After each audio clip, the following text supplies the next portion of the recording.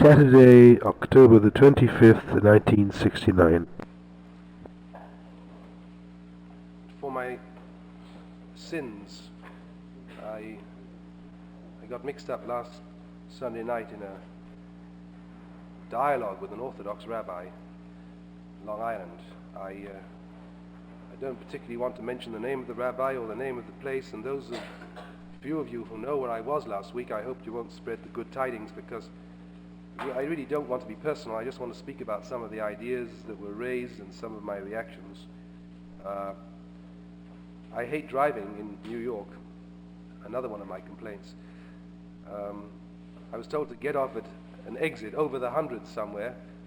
It took me 2 hours before I realized that they didn't mean the exit, they meant road number. So, calm at sorrows, as my grandmother would say, I got there. I go down to the bathroom to refurbish my shattered spirits. Young boy, nice looking kid. He says, "Have you come for the dance?" I felt better straight away. I thought I would use the few minutes left before the lecture started to find out a little bit of how the young people are thinking. Apparently it was so dark there, he didn't see how old I was and all the grey hair. So apparently there are 4 or 5 places in the immediate vicinity of this synagogue where you can get a good dance on a Sunday night. I mean, the idea that a synagogue was there for a kind of an extraneous purpose sort of amused me. You see, there was I going thinking that everybody was coming to the synagogue for my lecture, of course, and he was looking for a dance. He said if it wasn't good enough, he'd go elsewhere. There were 3 or 4 places, but mind you, his last bit of advice was, you can come with us if you want. He says, but he said somebody with some money and enterprise ought to really make some place here, not like these synagogues, where you could really meet somebody on Sunday night. And I thought he had a good idea.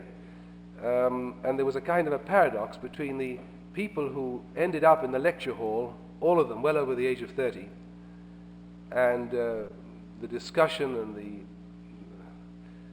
the dialogue, etc., about Jewish learning, and the stark reaction of what the young people were worrying about in the bathroom down below. I saw this young man ejected from the synagogue by somebody who apparently was on the board of trustees because he didn't have a membership card, and in any case, he was coming to the synagogue for the wrong purposes. I suppose there's some justice in that too. The subject for the evening was the God of Daniel S. I don't know why I was invited to debate my book. Of course, I arrived there and discovered that none of the bookshops in the area had the book, and the synagogue didn't have a copy either. Of course, I had told the company 2 months ahead that this lecture was going to take place. If anybody ever complains about the administrative relationships or services of the SAJ, I'll spit in their face. My experience in the outside world is such that this synagogue is an administrative utopia. Absolute utopia. We answer all letters within a week. We never repeat billings for the Yom Kippur appeal if you pay up within 24 hours.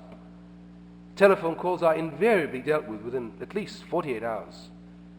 I've had occasion to deal, since my book came out, to deal with some of the real outstanding business setups that I've always had such respect for, the big buildings, Nächtigen Tag. Nächtigen Tag. The subject, it wasn't, God forbid, Reconstructionism. God of Daniel S., but there wasn't a copy to be found. When I checked up on Monday, the guy who was supposed to tell the guy who was supposed to tell the other guy, and the other guy had gone out to lunch or something. Anyway, it doesn't really matter anymore. You sort of give up hope. Now, the theme, it was a bit difficult to begin with. You were dealing with a book that nobody had read. And there was this Orthodox rabbi, and obviously he'd written it out. He'd been saving this up for a long time. The funny thing was, he wasn't saving it up for me. He was saving it up for him. I'm getting tired of taking the rap for him. He had a whole thesis there against him. What's it got to do with me? Like tomorrow in the New York Times, there is a review of my book. Do you think they bothered to read the book? They see the word Kaplan in the introduction, so they immediately, wheels begin clicking, and they go for him again. I'm waiting for somebody to read my book. I shouldn't have mentioned Kaplan's name. Of course, the ideas came from him, so what could I do? But no, Eugene Borowitz. It's like giving a book by John Lindsay to Mario Procaccino to review. You know what he says in the review? He says it's garbage, but Miller writes it well. I'll go down in history as an excellent describer of God. You're out of date. 35 years too bad. It's no good. Forget about it. No good. So I could feel while I was discussing with this rabbi that he wasn't really dealing with a book. He was dealing with this monster, this menace to Jewish life in America, Mordecai M. Kaplan, and the various themes that he dealt with. I want to just mention a few of these points because interesting. I think it'll be interesting. First of all, the first section of his lecture dealt with the stupidity of speaking about a power making for salvation, the stupidity of the religious, humanistic affirmation that Kaplan makes that man can succeed if only he learns how to cope with the cosmos correctly. In other words, what Reconstructionism has done is to take away the notion of God as the supreme being in the sky, to destroy the dichotomy, not to obliterate, to wipe out the dichotomy of nature and supernature, to affirm one totality of reality, which is evolutionary process, and to find within that reality God, not as person, capital P, but as a process, as a law. I spoke before about men violating the law of God, not in the sense of some divine fiat put down on a piece of parchment, although this was the way our ancestors believed that the Word of God was exemplified. But that in the cosmos in which we live, there is a way of life and a way of death, and that all human striving to this point has been a partial, semi-blind, halting, lame, stunted, groping. We're hardly alive from an evolutionary point of view. Human society is barely a tick on evolution's clock. And all that Reconstructionism is saying is that we can now give up the old theologies about two realms, nature and supernature, and God as some kind of a supreme being or spirit who manipulates life, who interferes in life. No, we're beginning just vaguely, just a glimmer of seeing the possibilities of a scientific religion. A scientific religion, because religion has to be treated respectably. I mean, science isn't a dirty word. One of the things that Borowitz says in this ridiculous review of my book in tomorrow's New York Times, people say it's a good thing to get into the New York Times even if it's a bad review. That's another sign of the decadence of the age. Tack onto the list I just gave you before. What was I saying before I so rudely interrupted myself? I think it's Julian Huxley says that modern man is in the condition that men were in the age of Galileo. They just invented the telescope. Now what could you see with the telescope? It was inferior to what you can buy from Woolworths for $5 today. I mean, it was so poor, and they could just vaguely make out, but they knew that what they were seeing was real, and that in the same way in which they had managed to devise a telescope in 500 years or 1,000 years, the same methods would perfect the telescope, and they would be able to see more clearly. That they knew. They didn't have the techniques then, but they knew that. Now, we're just beginning to see the possibilities of this religion of the future. So Borowitz says that Reconstructionism is finished because it's 35 years old. Isn't that funny? Rosenzweig and Buber and some of the other, Hegel, Kant, and some of the Hasidic rabbis whom they quote verbatim. These guys lived hundreds of years ago, but that's kosher. Kaplan published his book 35 years ago, so it's passé. There's a total misunderstanding of what Reconstructionism is. Reconstructionism is not a set of dogmas and propositions and statements about what Jews ought to do, any more than physics and chemistry and astronomy are a collection of statements to be believed about the motions of the celestial bodies and the constitution and the intrinsic constitution of physical matter. Reconstructionism, like physics and chemistry and zoology and biology, is a method of coping realistically and rationally with Jewish existence. And to say that that method is dead because it's 35 years old means that Borowitz may have read Judaism and Civilization, but hasn't understood the book from beginning to end. And somebody should put him wise, not me. Not me. I have too much time taken up with other affairs. In other words, the method is a scientific method. You look at the problem. One, I think it was John Dewey who said the difference between magic and science is that magic doesn't take into account appropriate means to achieve desired ends. That's not the exact quotation, but you'll get the idea. To approach something scientifically is to use the appropriate means to achieve the desired ends. So that if, for example, we want Jewish life to survive meaningfully in the 20th century, it's no good just carrying on, believing and repeating the things that have come down to us from the past, as if somebody up there is going to keep the Jewish people going on anyway without any effort on our part.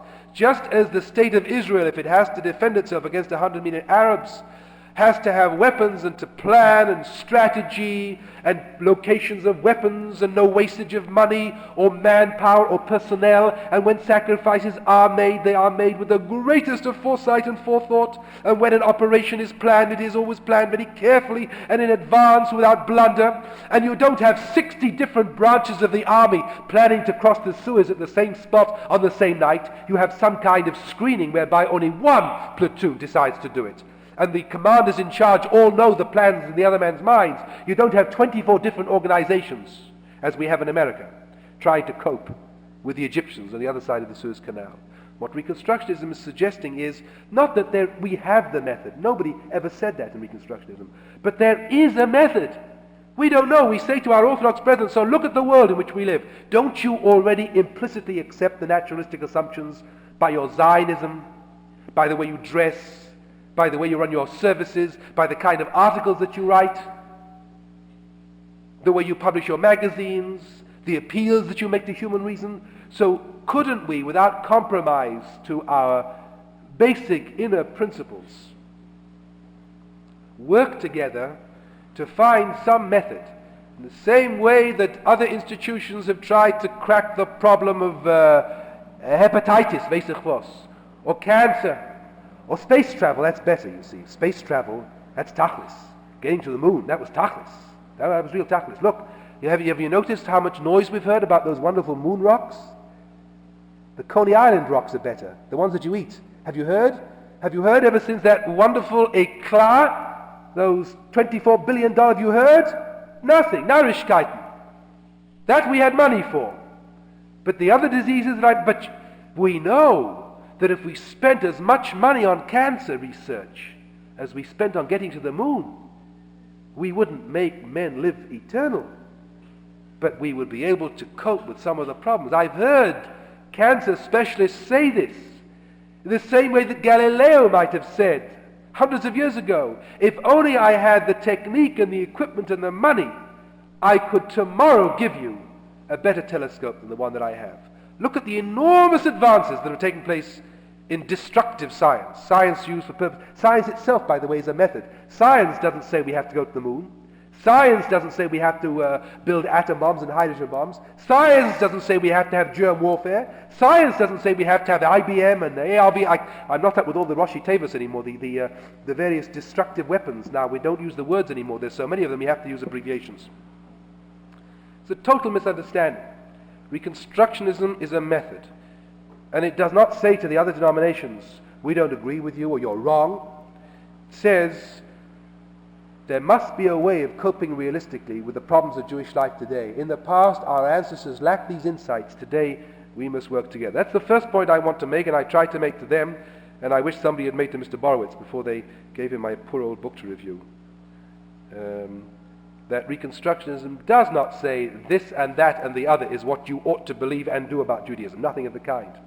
It says there is a method, an approach to Jewish life, which takes into consideration there are three crucial elements in the existence of Judaism as a civilization: religious beliefs, religious practices, and land, the way in which the group hangs together. Peoplehood, way of life or practice, theology, belief.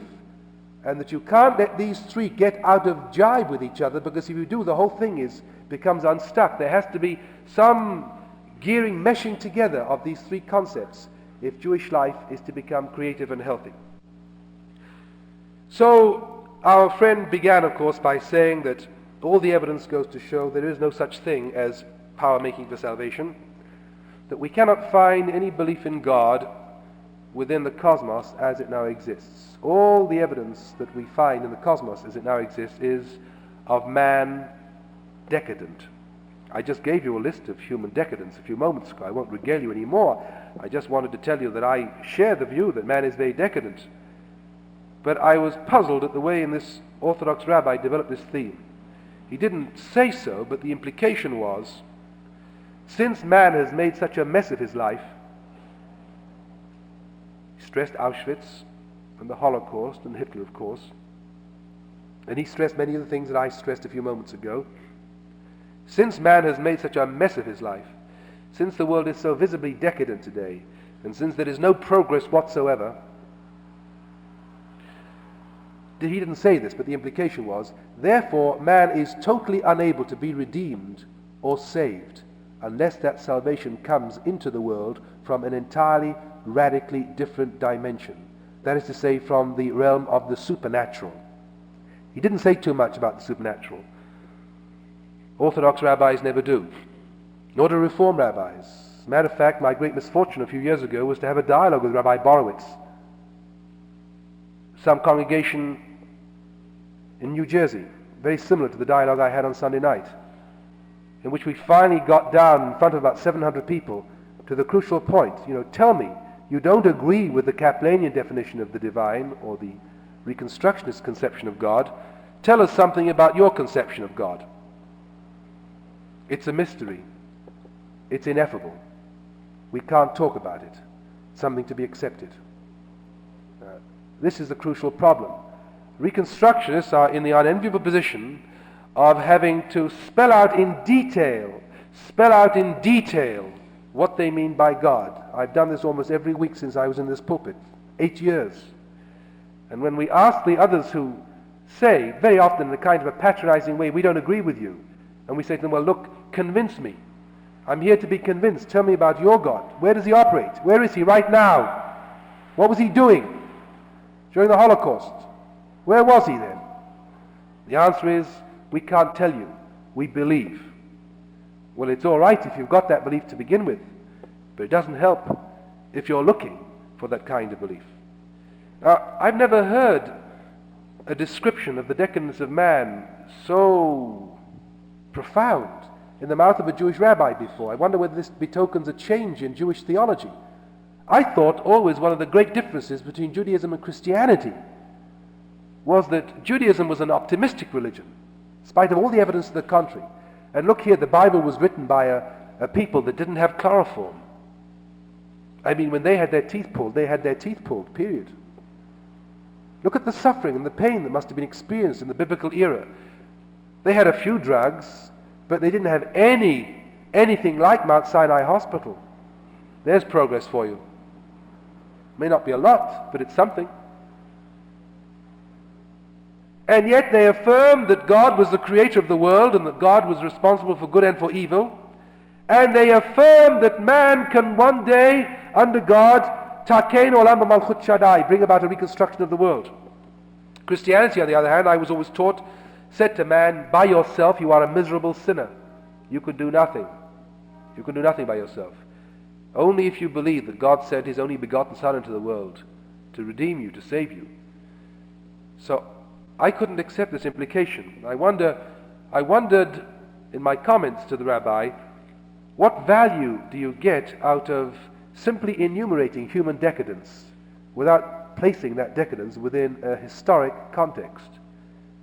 And I quoted Goethe, who said, if you tell people what they are like, if you speak to people as they are, they become worse than they are.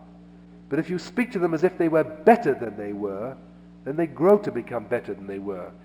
My human experience, if you try to have faith in people, not always, the price of being alive is being constantly let down. The price of being alive is being betrayed. But occasionally you put faith and confidence in somebody and you find that that faith and confidence is creative. It elicits something from the other party. And merely to describe and detail human decadence in the 20th century isn't sufficient. I believe that there has been progress. One definition of God, which Kaplan has propounded, is believing in God means that the world is better today than it was 10,000 years ago, but not as good as it might be in 10,000 years' time if we cooperated with the power that makes for salvation. Now, of course, there have been great tragedies in the modern world, but from a theological point of view, Auschwitz is no greater than any previous suffering in human experience. And simply to use as an argument to modern man to go back to traditional Judaism because all this nonsense about human fulfillment, not possible. Man cannot fulfill himself on this earth. Man needs some supernatural being to drop down the possibility of fulfillment from on high. This almost seems to be alien to a basic trend in Jewish traditional thought. Second point which he made was that Reconstructionism cannot bridge the gap between is and ought.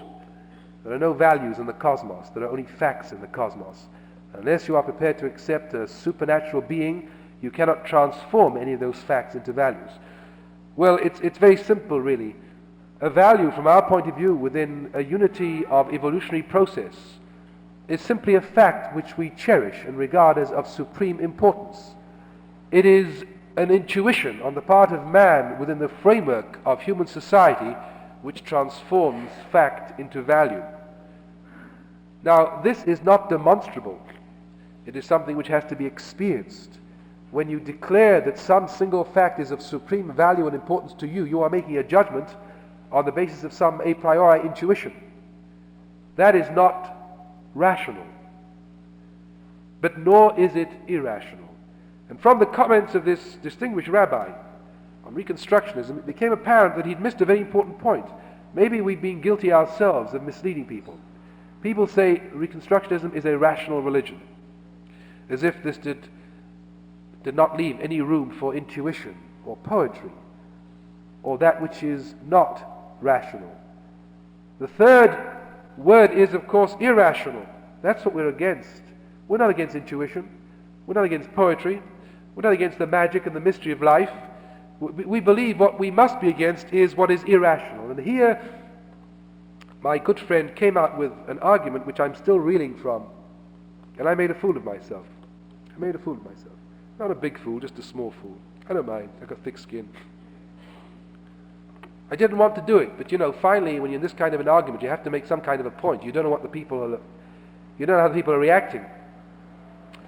Just as with human decadence, you take so much for granted, you no longer get worried if a tragedy happens because you're immunized. Sometimes you're arguing with somebody else, and their assumptions, which really intellectually are so absolutely untenable and impossible, out of a certain gentlemanly quality or a desire to be fair, you go along with those assumptions, but you realize you just have to call a halt and say, look here, this is ridiculous. Why did I, son of a worthy Orthodox rabbi, leave the true faith and become a Reconstructionist? The answer was because I found it impossible to believe that everything that I had been told was the Word of God was the Word of God. I was faced with the problem of looking at the 5 books of Moses, for example, and saying, this cannot be the Word of God because the 5 books of Moses contain certain things which I can no longer accept as being divine. So I'm faced with the alternate. Either it's the Word of God, or, and this I can accept, it's the way men believed or conceived of the Word of God. In other words, if you can introduce that, then immediately you introduce the whole sweep of evolution. That Judaism has evolved, that in each age men have approximated more and more closely to an understanding of what the way of God is. What is this way which men must follow if we are to move away from the decadence I described a few moments ago and move towards a better world? The law is there. We see that when men cooperate with that law, we do have progress. We have had much progress in the realm of science, in the realm of medicine, in the realm of the way men behave with each other. There are areas. There is much greater sensitivity in many, many areas in the world today than there was before. Yes, point to Auschwitz, but also point to the state of Israel, point to the heroism, point to the bravery, point to the war in Vietnam, but point also to the millions of men, women and children in this country who are prepared now to put themselves on the line. Point to the enormous sensitivity that has grown in this country to matters of civil rights. Yes, by all means say how far we have to go, but do not neglect or deny how far we have gone. When we disparage humanity, when we only point to the flaws of men, We are destroying ourselves because we are destroying our desire to go any further. So finally it came out. I said, what do you do when in the Bible it says, thou shalt not suffer a witch to live? Or that you should stone homosexuals. I don't mean give them pot, I mean literally kill them. Or that when a man and woman commit adultery, they should be stoned to death, killed. Or that when a virgin has premarital sex, she should be stoned. Now, I put my big foot in it. It wasn't a virgin, it was a woman who was engaged or betrothed. You see how ignorant Reconstructionist rabbis are? I was a bit excited at this point. So I brought in about 10 or 12 other instances. I forgot to mention the fact that Deuteronomy sanctions genocide, that the 7 nations that the Israelites found in Canaan, the Bible says they must be uprooted. Men, women, children, even the animals and the trees, the lot, alles. I mean, we make allowances. We make allowances because we can see the Bible within the framework of evolutionary context. Why should people who lived 4,000, 3,000, 2,000 years ago have the same ethical sensitivity as modern men have? But how can you honestly talk about Judaism and not look at the Bible honestly and say, what does it mean that in this scroll that I take out of the synagogue ark every Shabbat morning, there are sentences which morally are reprehensible?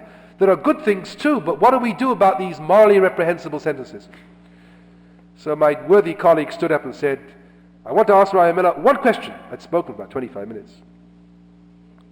Where does it say in the Bible that if a virgin sleeps with a man before she gets married, she has to be stoned to death? Finster for the Eugen. So I could, yeah, I should have said, now Richard, I should have said, give me a Bible. By the time they'd found a Bible in that synagogue, I'd have thought of an answer. But, I didn't expect it. So I said lamely, what about the homosexual? No, I'll deal with each case separately.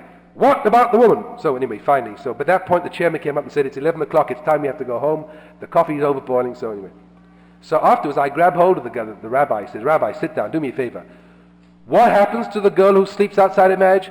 I said, I made a mistake. I said, the other 9 cases you ignored, but this one you picked me up on. I was wrong. So what happens? He said, it's only an Aveira.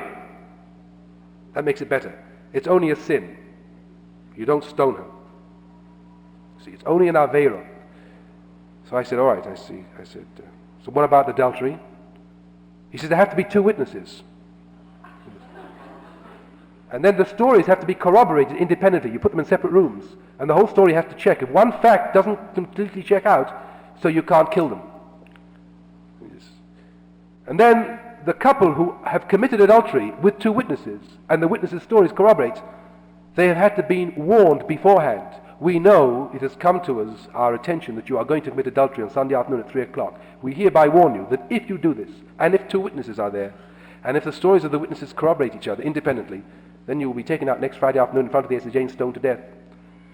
Now, if all these things are obtained, then I said, Rabbi, if there were 2 men hanging from the ceiling when the adultery took place, and their stories corroborated 100,000%, and they had been warned, and every legal prerequisite obtained, would you still kill these people for committing adultery? He said, you have to take the whole thing together. You can't just ask me silly questions like that. Now, I am told that Reconstructionism has failed. I'm told that Reconstructionism has failed. I admit we failed. Mr. Borowitz says the same thing tomorrow, that for 35 years, Reconstructionism has had high visibility. And if it has failed, it means that Kaplan is wrong, because he's 35 years old. Now, first of all, high visibility. A woman, this congregation, by the way, is led by a rabbi who was one of Kaplan's pupils. This is high visibility. Several people came over to me after the lecture, and you would think that I had been talking about some weird, exotic South Sea cult. What did you say the name was, Rabbi? Reconstructionism. We never heard of it before. I mean, the fact that I went to the 150th exit on the Long Island is no proof. I mean, the fact is that I went too far. This is within a stone's throw of New York City. And that rabbi studied at the feet of Kaplan. And you bet your bottom dollar that every single sermon of his is interlarded with Judaism as a civilization, and the concept of evolution, and peoplehood, and all the paraphernalia. Like the way Freud influenced us. We talk about reflexes and complexes and intuitions and hangovers and paranoia, the whole thing. And people say, Freud, where's Freud? But Freud's success is that he leavened the whole conversation, the whole way of thinking, the whole gestalt of Western culture is inconceivable. And ladies and gentlemen, I submit to you that the whole gestalt of thinking of even some Orthodox Jews in this country today would have been inconceivable without Judaism as a civilization. But you don't get credit. The ideas are accepted and the name isn't given.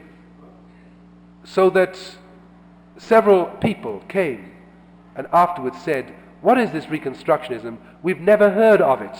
We've never heard of it. You know what it's almost like? It's like saying somebody never heard of the John Birch Society, or somebody never heard of, I don't mean, in Lignai, I mean like something that's so well known in a sense, and in terms of its implications and its ramifications. Here you have, sitting in the front row of our synagogue, a man who has leavened the thinking of rabbis for over half a century at the Jewish Theological Seminary. The ideas have been taken and the credit not given. So the people, because don't tell me, what else is going to be taught in the synagogue on Saturday morning about the two witnesses hanging from the ceiling on Sunday afternoon? No, that has to be ignored. Of course it has to be ignored. I mean, that would really drive everybody away. So by a kind of intellectual, spiritual sleight of hand, we ignore the challenges to our religion and present the acceptable sections. And the influence is there, its origin and source is ignored. Let me conclude with the one clinching argument by which I propose leaving the synagogue and applying for membership in the Rabbinical Council of America on Monday. It's the Orthodox Rabbinical Association. Thank you. Orthodoxy, he said today, when I describe what I understood, what is the orthodoxy I don't accept? That a supreme being gave a Torah to my ancestors at a point in the 13th pre-Christian century. That's what I can't accept. In other words, as a child, I often wondered why it was that God talked so much in the olden days, but never said a word to me. Was it because I wasn't davening properly? Or was it because we weren't living as Jews properly? Why did God talk so much, even to the wicked characters in the Bible, but didn't have a word for the most flawless saints of the 20th century? And as I got older, I came to the regrettable conclusion, ineluctably, that either God spoke today in the same way that he spoke then, but that men had misunderstood the manner of God's speaking and hypostasized and concretized it because of their limited understanding of nature, or God never spoke, then or now. It was one or the other. And of course, to believe that Judaism was an evolving religious civilization, that we could make allowances for men in those days, and we could understand why the Word of God had been only partially, as through a cloud, seen in those days, and that we also have no clear impression of it, but that there is a growing perfection that we understand, and we may hope to understand even more as with Galileo's telescope. Well, he said, yes, of course, Rabbi, if you want to set up a straw man. This is the first time I ever heard that Torah min hashamayim was a straw man, the revelation from heaven. But he says it's no longer simplistic today. You have very intelligent Jews who are Orthodox Jews.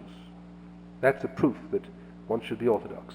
We have Orthodox Jewish scientists, nuclear physicists, chemists, zoologists, botanists.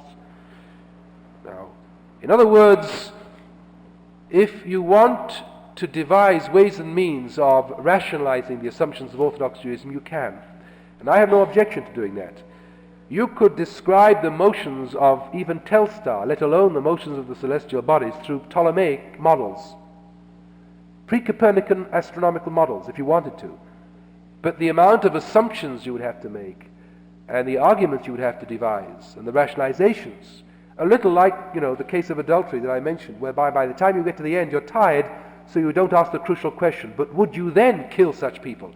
Do you not agree that we are against the idea of killing people under any circumstances for committing adultery, no matter whether the whole congregation was watching? And that is the crucial question, a matter of basic moral honesty. And here there was no sound, there was no answer, and there was no response. And the clinching argument was to pull out an article by a certain rabbi who I happen to know, who suggested that non-Orthodox Judaism has failed, because the only synagogues that are crowded on Shabbos morning are the Orthodox synagogues. Young Israel, Rabbi Breuer, and the only people that daven three times a day are the Orthodox Jews. The Reconstructionists, it doesn't work with them. It doesn't work with conservative Jews. It doesn't work with Reform Jews. Their synagogues are empty. It's a waste of time. The only people for whom Judaism really works today are the Orthodox. They're the only ones who really devote themselves wholeheartedly. They're the only ones who really turn out. They're the only ones who really put their bodies where their mouths are. Well, this is a peculiar argument. If numbers speaks of truth, then we all should be Roman Catholics. Because even today, in the breakdown of Roman Catholicism, the church gets more people to Mass on Sunday morning than the most orthodox of synagogues. But the crucial point is, supposing the whole world says that the earth is flat, is there an independent truth which the last man alive who knows that the earth is round does not give him the added edge over those who affirm against all the evidence to the contrary? Perhaps Reconstructionism has failed in that the idea that there is a method of approaching Jewish life, the same way that we approach our other problems in the world today, has not been accepted by the rank and file of world Jewry. Question is, what does this reflect upon? Does this reflect upon the truth of Reconstructionism as a method, or the sickness of world Jewry in its overduplication, an overlapping of responsibility or irresponsibility, and organizational chaos? I don't know what the answer is, but for my money I would rather be associated with a religious philosophy of Judaism, with a view of Jewish life,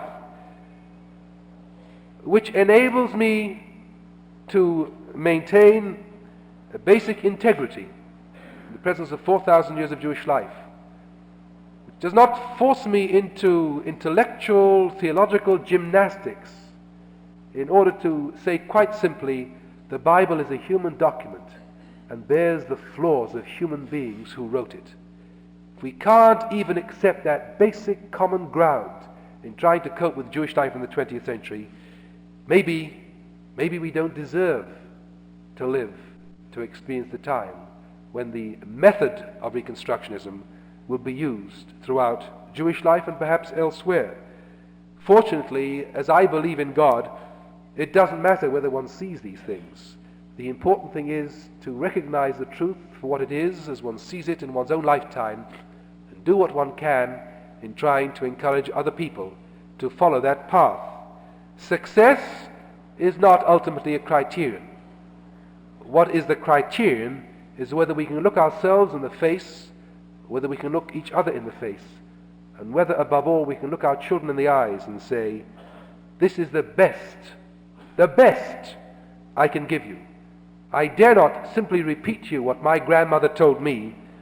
I have to pass on to you what I can embrace myself. Nothing else matters but that. And with that faith, let us remind ourselves that even though success may not be a big criterion, a little bit doesn't hurt. And therefore perhaps Reconstructionist Jews and those members of this congregation should remind themselves that when they stay away from synagogue in droves, I know I'm talking to the people who are here today, but then some of you won't be here next week, so imagine I'm telling you this next week. And those who do not support our synagogue to the extent they could, they get away with what they think people don't notice, but we know that a lot more support could be forthcoming. And to the challenge of Reconstructionism in its more institutional forms. Remember, because we are an experiment in Jewish life, we are watched more critically than those who are not in the avant-garde of Jewish life in the 20th century. And in a sense, by being ambassadors for Reconstructionism, you yourself determine, ultimately, the way Orthodox rabbis in Long Island beat me up on Sunday nights in October. And now, choir will sing on a cheerful note, Yismachu b'malchutcha shomrei Shabbat v'korei oneg.